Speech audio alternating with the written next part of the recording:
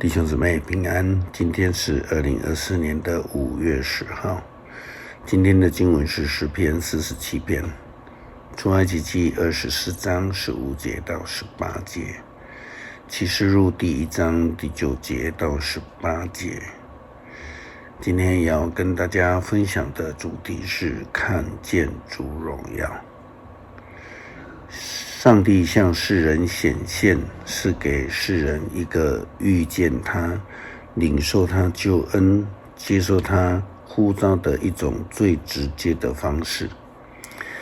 但是上帝显现让人遇见他的方式却是非常的多元，因为上帝本来就不受到时间、空间的限制了。最早我们看到上帝以圣灵运行在这个世界，后来上帝用声音对着以色列的先祖们来说话。到了出埃及记的时候，上帝用焚烧的荆棘来向摩西显现。摩西到了埃及与法老王见面谈判的时候，摩西以他的权杖就成了上帝能力显现的一个代表。今天的经文记载了摩西带领以色列人到了上帝的山西乃山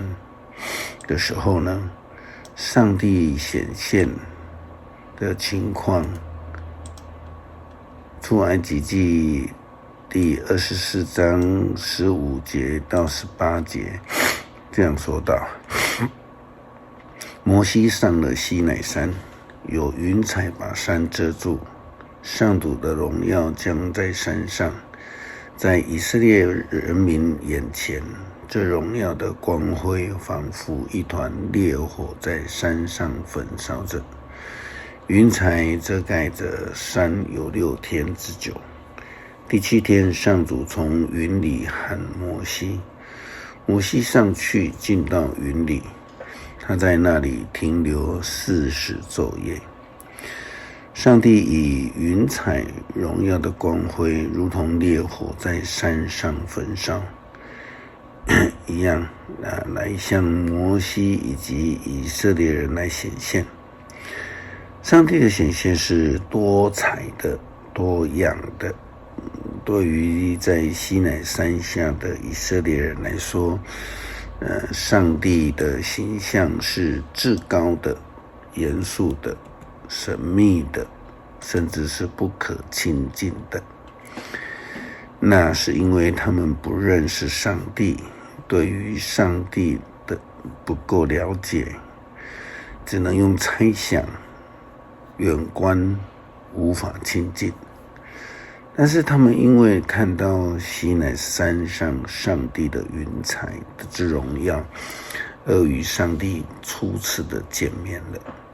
这也算是进一步的认识上帝了。新约记载着上帝的显现，让人遇见他的方式更是多元。昨天我们提到了福音书以及使徒行传记载了复活的耶稣基督如何显现的情况。约翰福音的记载，我们看到了一位有实体、有钉痕，却又不受到紧关闭的门的限制的主。耶稣基督升天之后，请上帝赐下的保惠师，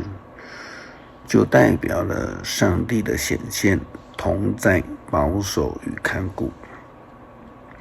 启示录第1章第9节到18节，圣经这样说道：基督向约翰显现，我是约翰，你们的弟兄。我在耶稣里跟你们分担患难，一同忍受，也要分享他的主权。为了传讲上帝的道和耶稣所启示的真理，我曾经被囚禁在名叫拔摩的海岛上，有一个主日，圣灵支配着我听见了一个大声音，好像吹号的声响，在我背后向我说：把你所看见的写下来，然后把这书卷寄给以弗所、士美拿、别迦摩、推拉、撒底、非拉铁非、老底嘉7个教会。我转身要看谁向我说话，我看见了7个金灯台，塔中有一位像人子的站在那里，身穿着白垂到脚上的长袍，胸前系着金带，他的头发像雪，也像羔羊的毛一样洁白，他的眼睛像火焰那样来闪耀，他的脚像经过锻炼又擦亮的铜那样的明亮，他的声音仿佛打瀑布的声响。他右手拿着7颗星，口中吐出一把双利锋剑的刀。他的脸像正午的阳光，我一看见他，就扑倒在他的脚前，像死人一般。他用石头按着我说：不要怕，我只是开始，也是终末。我是永恒的，我曾经死过，现在活着，而且要永远活着。我掌握着死亡和阴间的钥匙。经文记载了复活之后的主显现，让遇见他的人，这样一个他形象，头发像雪，如同羊毛洁白，眼睛像火焰，脚如同锻炼过又亮的铜，声音如大瀑布，都在形容上帝的形象、权柄以及荣耀。我们的主是多元，有权柄能力，又有恩慈和世人同在，赐下他的保守的上帝。诗篇47篇，至高的统治者，万民啊，要鼓掌欢呼，要高声歌唱，颂赞上帝，要敬畏至高的上主。他是大君王，统治全世界。他使我们征服的万民，他使我们统治万民，然后为我们选定了居住的地方，作为他所爱的子民可夸耀的产地。上帝在欢呼中登上宝座，上主的号角其民中升高王位。